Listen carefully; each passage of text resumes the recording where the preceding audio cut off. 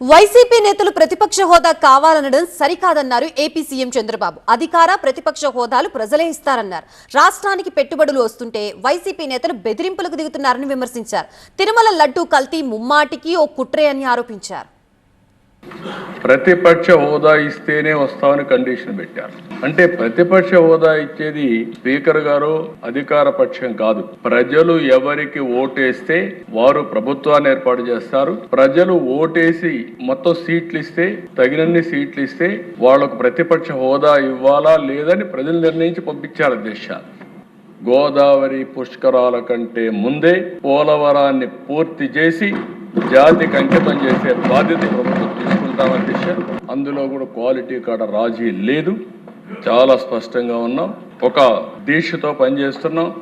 నా ఆలోచన అయితే రాబోయే 3-4 సంవత్సరాల్లో ₹5.19 నుంచి ఒక టార్గెట్ మాత్రం మీరందరూ సహకరిస్తే సాధిస్తాం.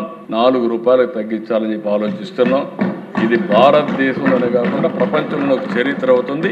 ఈ 20 నెలల్లో 22,28 కోట్ల రూపాయల పెట్టుబడులు వచ్చాయి. ఇవన్నీ పూర్తయితే 23 లక్షల మందికి ఉద్యోగాలు వచ్చే పరిస్థితి వస్తుంది.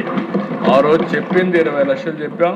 ఇప్పుడు వచ్చిన పెట్టుబడులతోనే 23 లక్షల మందికి ఉద్యోగాలు వస్తాయని కూడా నేను మీకు తెలియజేస్తున్నా. ఎక్కడికక్కడ ఇష్టానుసారంగా మాట్లాడుతూ పెట్టుబడులు రాకుండా అడ్డుపడతారు. పెట్టుబడులు వస్తే మేము వస్తాం, మళ్ళీ మేమంతా రీఓపెన్ చేస్తాం, ఫస్ట్ ఆ కేసే పెడతామని పీపీపీలు తీసుకుంటే వాళ్ళు రానియకుండా బెదిరిస్తారు. నేను ఎప్పుడు చూడలేదు దేశ ఇలాంటి కల్చర్ ఎప్పుడు కూడా కౌన్సిల్లో కూడా దేశ. నిన్నటి వరకు ఇది చర్చ అంటే కుట్ర కొనసాగుతానే ఉంది.